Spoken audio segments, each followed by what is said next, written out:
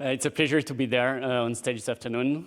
We are one of the last session of the day, so I know if you're still here, it's because you're interested in the topic, and I thank you for this. Even in the introduction we mentioned is going to be about compliance. I promise we'll try to make it a little bit more fun than only compliance, and we'll bring you a little bit the view from the market. So my name is Clément Robert. I'm a senior manager in the business consulting practice of EY Luxembourg, and in my role, I'm supporting banks and payment institutions across EU to do payment transformation. Today, I'm with Jakob, and we will present you some of the trends that are coming, both from a regulatory perspective, but also from a product and impact perspective. Jakob, you want to say a word about you? Yeah, thank you very much. I hope you can hear me. Yeah, my name is Jakob. I'm a manager with EY. Thank you for calling me Bouchetob. It's like sounds way better than the German pronunciation, so happy with that. Yeah, supporting in payments and technology transformation projects, and here today to bring a bit closer the topic of payment and regulatory initiatives. So for some background information, we have conducted a survey among European banks in 2024 with roughly like 80% of top-tier banks, so we have seen a very high involvement in that. We have followed up in several workshop series with all of them, and we're happy to share some of the insights that we found within this exercise. So looking at the expectations that arise from the regulatory initiatives that Clément will tell you a bit more later on, we can say that there are basically three things or three key points that I want to highlight today. With one being the higher control of data and the better user experience, which I think is somehow obvious looking at the different initiatives that you will see in a few seconds. What I found interesting is that increased personalization and the enhanced security isn't like having that kind of an important role as we would suggest or like think of, given that we're talking about open finance and financial data access. So the third thing that I wanted to highlight is we were asking the banks whether they feel aware on the one hand, but also ready on the other hand. And we have to say we have received an answer that 67% of all the banks and all the stakeholders that we have interviewed are feeling challenges that they cannot really assess as of today. So they know that there will be a lot of challenges emerging from different regulatory initiatives, but at the same time, they are not very aware as of now of how to handle them. So do you want to tell us a bit more on what the initiatives are? Yeah, I think it's important that the EU is pushing for transformation. It's pushing for modernization. Payment is one of the industry that has evolved a lot over the last years, but it's part of a wider strategy from the European Commission and the European Union, which is called the Digital Finance Framework. So there are a few pillars. I'm not going to cover all of them today, but there are a few pillars which are pushing banks to transform, particularly in the payment industry. The first one I'm going to call out is open finance. So we all know about open banking that was introduced a few years ago. The first time that fintech and banks had to collaborate, had to work together to exchange data. Now the EU is pushing for a wider exchange of data, for a wider ecosystem, which is a new regulation, which is called FIDA. The objective is to start exchanging financial information data, not only payment, but also investment, insurance, asset management. So we are moving from what we call open banking to open finance. It's one of the first pillars that is on this diagram. The second one is what we call modern and safe payment. The EU is pushing for the introduction, the mandatory introduction of instant payment. We'll go after, it's one of the key topics of today. Instant payment is not a new product, not a new service, but this year it has become mandatory for the banking industry to accept it and to send it. It's part of a wider initiative to accelerate the pace of payment. And finally, the third pillar that we wanted to highlight today is a digital identity. When we talk about faster services, a better ecosystem, a start to exchange data, the EU is modernizing the digital identity topic. It comes from digital signature, but also how citizens can identify themselves online. All of this is part of this wider strategy that we will cover particularly with the topic of instant payment. very briefly, if you can go to the next slide, yeah. Very briefly, in terms of timeline, it's a very relevant topic for the banking industry and the payment service provider, but there are different phases. Instant payment is today a reality. The first pillar entered into force in January this year, so 2 months ago. Second phase of instant payment, which is the mandatory sending of instant payment, is in October. So all the banks in Europe right now, besides a few ones that were already live, are undergoing massive transformation projects to move their operation to instant payment. When we go into FIDA and the digital package, so what we call PSD3 PSR, we're still at a legislative stage where we expect this new regulation to be voted by the end of this year, so Q4 25. So we are looking realistically at some entering into force around 2027. Digital euro, I'm not going to cover the timeline. I think you've heard it a lot today. And digital identity, it's not a new topic. It's being introduced at the moment. There are some few pilot cases which are being developed at EU level. And we are looking realistically at something around 2026. So really the agenda is very packed. You know that banks and payment service providers have a lot of regulation to comply with, and it's not over. And this is also why we run this survey that Jakob is going to comment on in a minute. So, so after seeing the timeline, and very important or very interesting question that followed up on this was how banks and market participants feel about their respective awareness and the readiness for the actual implementation of the regulatory initiative. So as you can see from left to right, yeah, I think it's left to right, for all the ones that were either voted on or from a clearer perspective, such as the SEPA instant payment regulation, or for example also the Payment Service Directive and the Payment Service Regulations, you can see that awareness is given, and banks consider themselves aware and ready at the same time, so they know what they have to handle with, and they know or basically assume that they can comply with the requirements. Especially for the two initiatives that not have been voted on, such as FIDA and Digital Euro, they state that awareness might be given at a certain level of detail, but not completely all over the bank, and especially not in all departments that are affected for the respective initiatives. And at the same time, they also stated that they are struggling to define, as of now, the changes that they have to do to comply with the requirements. So this also applies to from a technical perspective, meaning they are not sure as of today on what changes they have to make on an IT level, but on the same time they also refer to the compliance setup in terms of which requirements they actually have to implement to comply with the regulatory rule set. So this was a very, very interesting outcome of our survey in terms of the readiness of the bank's readiness, and I think you will cover now the main implications besides that. Yeah, so I think it's important to understand that for banks, all this regulation cannot be taken one by one. It's part of a wider ecosystem, part of a transformation agenda. Some of the key, let's say, impact for the banking industry and the payment service industry are listed on this slide. The first one, when it comes to instant payment, is the increased fraud rates. We know that instant payment is one of the methods which is more and more used by fraudsters online, because the money is going out in 10 seconds, 24/7. So it's one of the payment methods which is being used the most for fraudsters.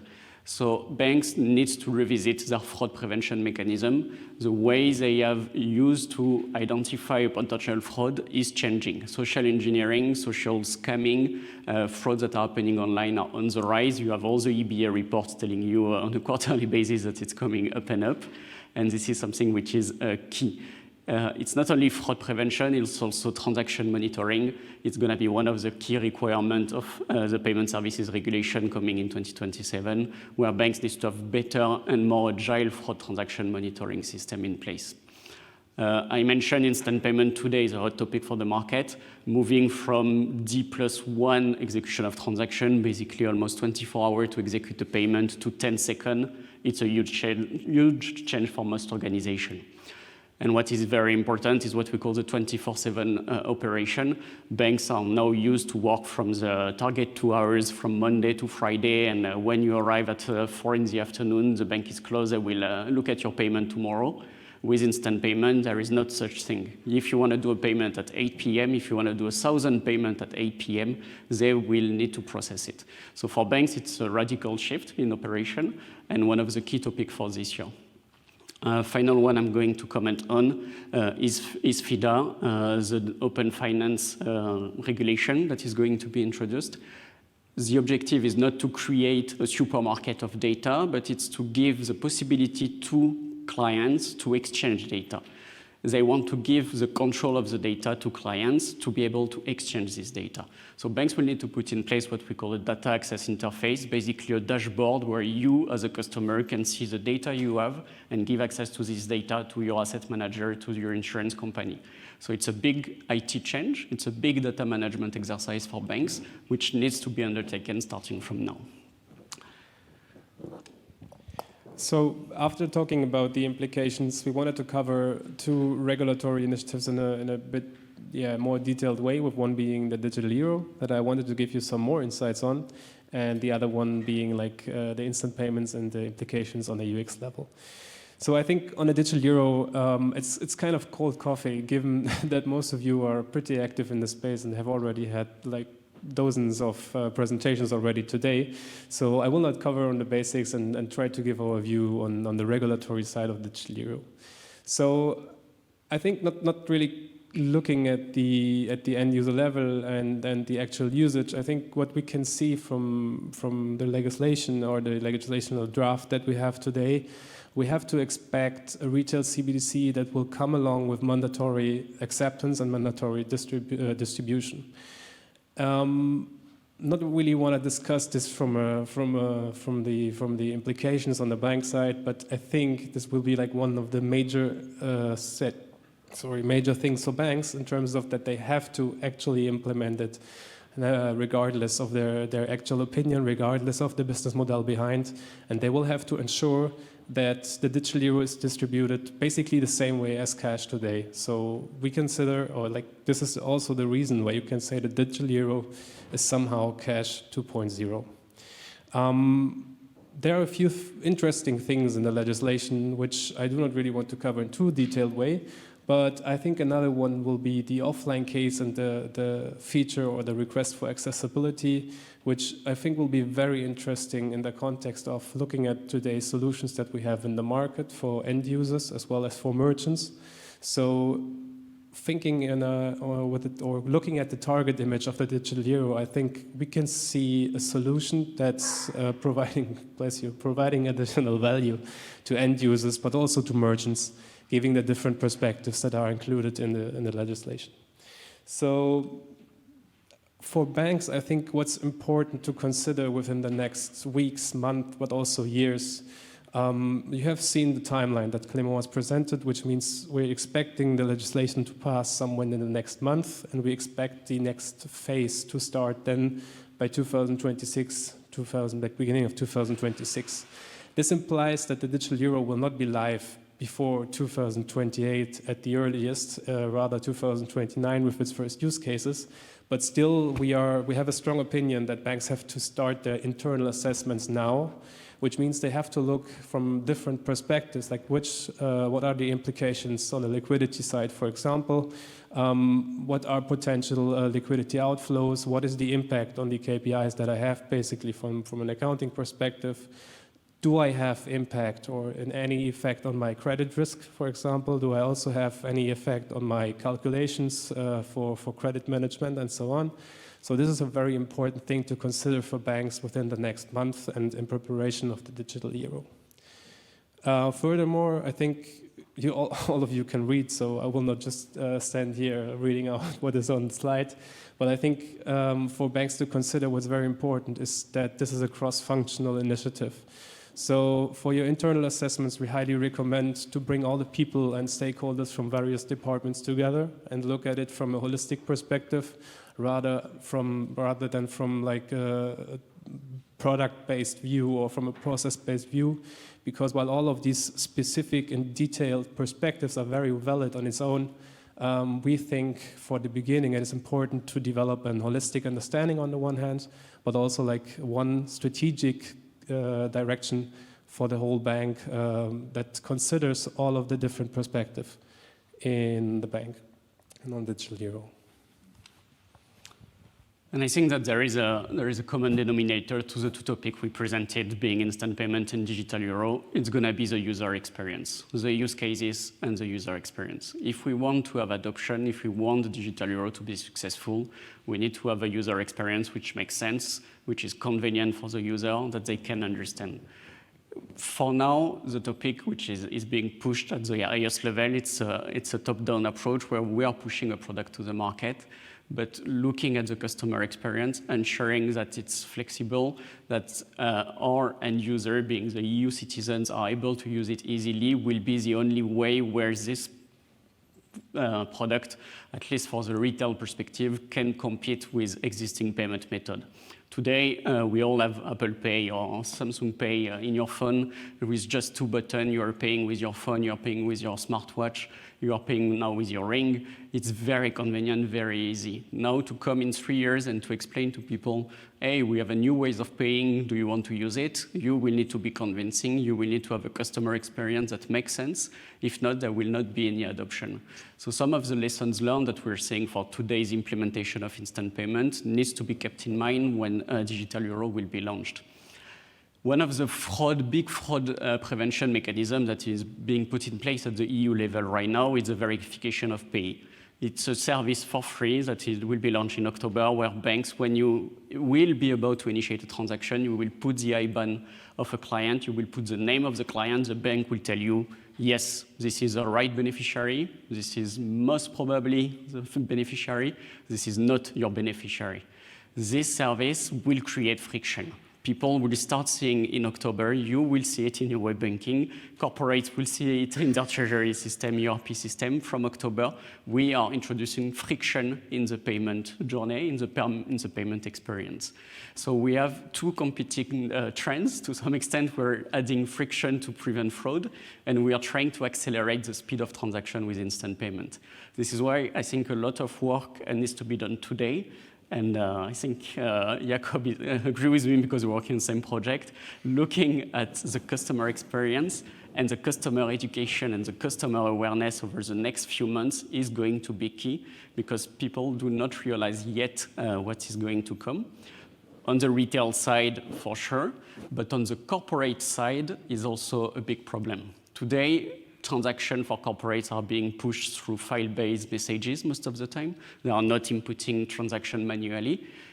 They might not have realized yet that banks are adding this new flow, these new processes. And in October, when banks will be ready, their customer most probably won't be ready, and they will call the relationship manager and say, what happened? Why can't I pay anymore? And again, taking the example of instant payment for digital euro will be key for the development of this product. That was all for us. We are still 2 minutes before, so I hope you enjoy it. Yeah. Are there